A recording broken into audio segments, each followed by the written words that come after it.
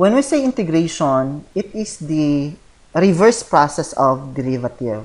So for example, the derivative of x, ang derivative ng x ay 1. Ano pa bang value or function na ang derivative ay 1? X plus 2. Yes, the derivative of that is 1. X plus 5, the derivative of that is also 1. X minus 3, the derivative of that is 1.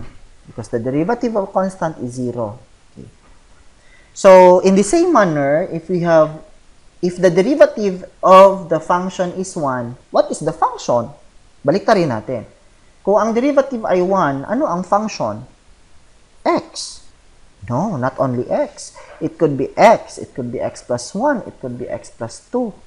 So, that means we are going to formalize that. That is to illustrate the antiderivative of a function. That is the other word for integration. That is the antiderivative. We are going to compute the general antiderivative of polynomial, the root, exponential, trigonometric functions. So, we'll start with the antiderivative of a function. Now, let's have first the activity. Can you solve? What is the answer for number 1 to 8? I'll give you 1 minute. Okay. Now, as you can see, the derivative of number 1 is 3x squared plus 4x plus 1, which is letter G. The derivative of number 2 is 3x squared plus 2x plus 1. That is letter C. Sa number 3 naman, the derivative of that is 4x cubed plus 9x squared. That is letter H. That is, the derivative is 4x cubed plus 3x squared. That is letter A. For number 5 naman, 2x plus 2. That is letter E, go. For number 6, the derivative of that is 2x minus 2. And that is letter F. For number 7, 9x squared plus 3. That is letter boy. And number 8, the derivative is 9x squared minus 3. That is letter D. So I think we're done. And pabaliktad kaya, paano kaya? Example, 4x cubed plus 3x squared. Paano natin makuha na ang sagot nito ay x to the power of 4 plus x cubed plus any number? That sounds intriguing. But there is a pattern actually, and that pattern is, balik tayo sa ating nakasanayan. Okay. So, i-define muna natin. Yung una is yung f na malaki. That is the original function. Kasi siya ang malaki. Siya ang original. And the antiderivative of the function f is ang f na malaki. So, a function f is an antiderivative of the function. So, say for example, we have here the 12x squared plus 2x. And the derivative of that is the derivative of 4x cubed plus x squared. How do we know? As you can see, the derivative of f is given by the f prime of x. The f prime of this is 12x squared plus 2x. An antiderivative of g of x cosine x, kung ang derivative niya ay cosine x, of course, ang kanyang original function ay sine x. Kasi ang derivative ng sine ay cosine. Okay. Next, the antiderivative of f is not unique. Yung sabi ko kanina, pwede siya mag plus 1, pwede. So, it is not unique actually. Derivative, mas safe, nalagyan na lang natin ng for any c. Pwede may plus kasi 0 kasi yan eh. The derivative of constant is 0. So, the derivative of 4x cubed plus x squared minus 1 is the same as the derivative of 4x cubed plus x squared plus 1, 4x cubed plus x squared plus 0, or for any values of additional number. So, for any c, an element of real number, is the same as the derivative of, with a derivative of 12x squared plus 2x. Okay? Other derivatives of g of x, cosine x are, and g of x is equals to sine x plus pi, sine x minus 1. So, lalagyan pa rin natin ng c. The theorem 10, if f is an antiderivative of an open interval in an interval I, then every antiderivative of f on I is given by f of x plus c, where c is any arbitrary constant. So, using the theorem above, we can conclude that the f1 and f2 are antiderivatives of f, and f1 and f2 differ only by a constant. So, here, we have the terminologies. The antidifferentiation is the process of finding the antiderivative, or the reverse of the derivative. The simple, this one, parang letter S na pahaba, it is called the integral sign. So, ang pagbasa nito is integral sign. Pero ang pagbasa ng function na nasa tabi niya ay integrand. Example, dito, ang integrand niya ay f of x. Pag merong integral sign, automatic meron talaga siyang dx, dy, dz, dm. Yan. That means, kung f of x, dx ang kanyang katabi. Pero what if kung f of x tapos f of xy, example 2xy tapos dx. So it means ang i-derive o integrate mo lang is yung in terms of x lang. So itong dx dito, this is the number or the variable that will let you know kung ano yung variable ang i-integrate natin. Yung integrand, okay, na i-integrate natin.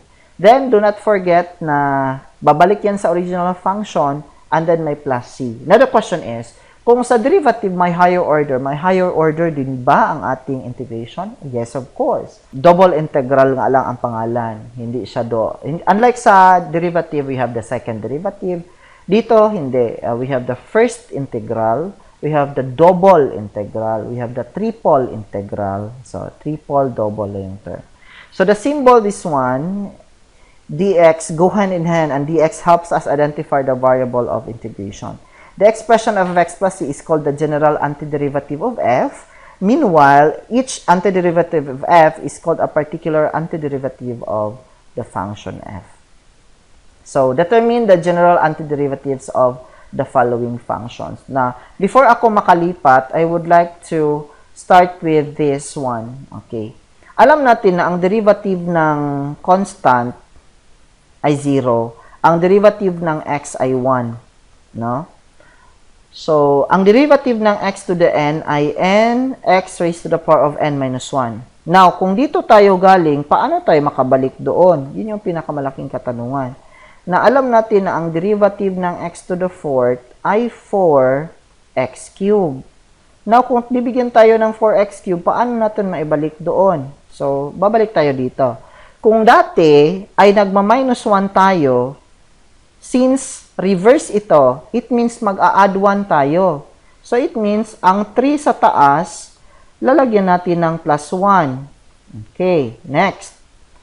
Kopyahin natin itong 4 kasi yan ay constant. Then, sabi dito, kung ito ay multiplication, since this is a reverse, the reverse of multiplication is division.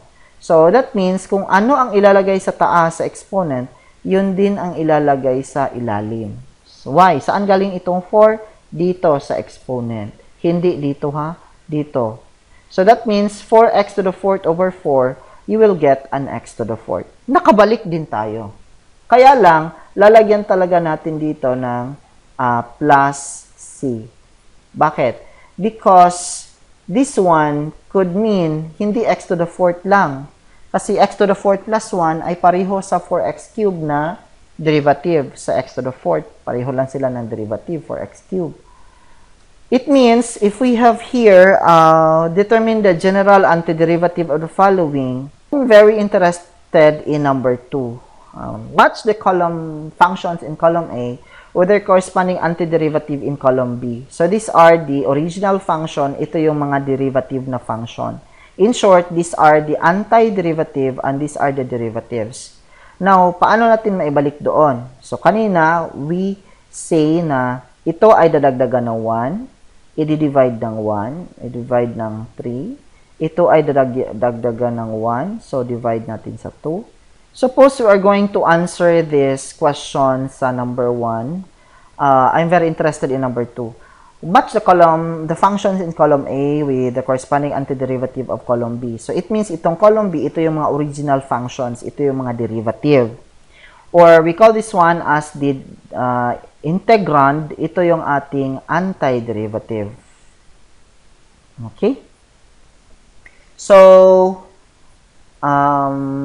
here, alam natin kanina na nagma-minus 1 tayo, ngayon mag-add 1 tayo. But, itong may mga value ng x, what if itong mga constant? Alam natin, pag constant ang 1, it means x yan siya, di ba? The integral of 1 is x. The integral of 2 is 2x. Why? Because the derivative of x is 1. The derivative of 2x is 2. Or say, this is may pakapin siya na 0. Kasi, ang 1 can be written as 1 times x to the 0. X to the 0 is 1 for any x not equal to 0. So, it means, kung mag-a-add 1 tayo, safe na tayo, madali tayo. So, we got over 3, okay, then 1 plus 1, over 2 din, kasi kung ano daw ang exponent, yun din ang ilalagay sa denominator. And then, over 1. So, makakancel ang 3, that is x cubed, makakancel ang 2, that is x squared, and this becomes x. So, what remains is x cubed plus x squared plus x. O, ayan. The answer is letter B. Serious. Okay. Same lang din, mag-a-add tayo ng 1, pwede nating x to the 0 plus 1 over 1, or dito over 3. Ano? Kasi denominator ay 3 dapat. So, makakancel, that is 3x cube minus x. Saan siya? That is letter A. Ayan. So, yun po ang sagot niya. Okay? Kung ito naman, mag-add 1 tayo, and then over 3, and then, itong 2 dito, alam na natin, 2x na yan siya. So, that is x cube over 3 minus 2x. Could be plus 1 or plus c. That is letter E.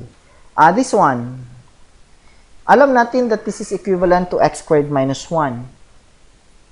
Yeah. So, kung x squared minus 1 yan siya, it means you will get plus 1 yan siya, and then over 3. And then, ito siya ay x na yan siya. So, that is x cubed over 3 minus x. Di ara. Okay. That's letter F. And we have here 4x minus x squared. So, dapat isulat talaga siya na 4x minus x squared para makita natin. So, that means plus 1. So, magiging 2 na yan siya over 2. And then, plus 1, it becomes 3 over 3. Yeah. So, what remains is 2x squared minus x cubed over 3. Yan.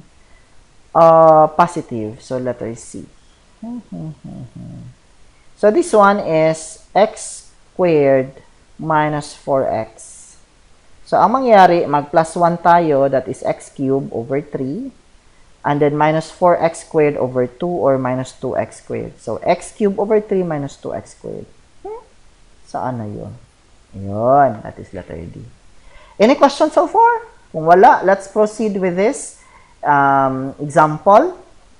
Ito yung in-discuss ko kanina.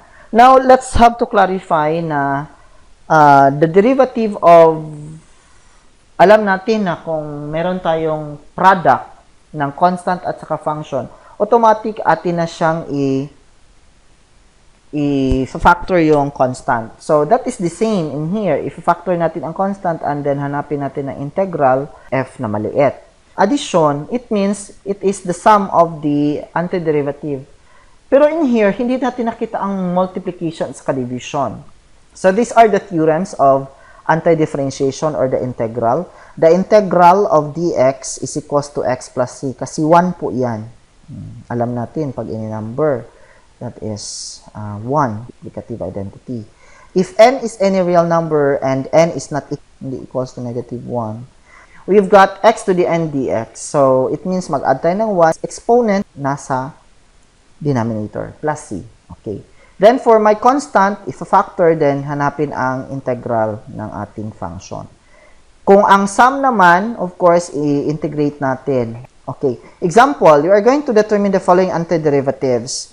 Let's have a reminder na ang ating product rule ay wala dito. Product ng derivatives, antiderivatives ay wala. Example 1, determine the following antiderivatives. Alam natin that the integral of 3dx, this is the derivative of 3x, no? So, it means the derivative of 3x is 3, so the integral of 3dx is 3x plus c. Okay, alam natin kung bakit may plus c, ha? The integral of x to the 6 dx is mag-add tayo ng 1, so 6 plus 1, then i-divide natin siya over 7. O, matatanggal na yung and then dx. Maglalagay tayo ng plus c. So, the answer is x to the 7 over 7 plus c. Ayan na siya.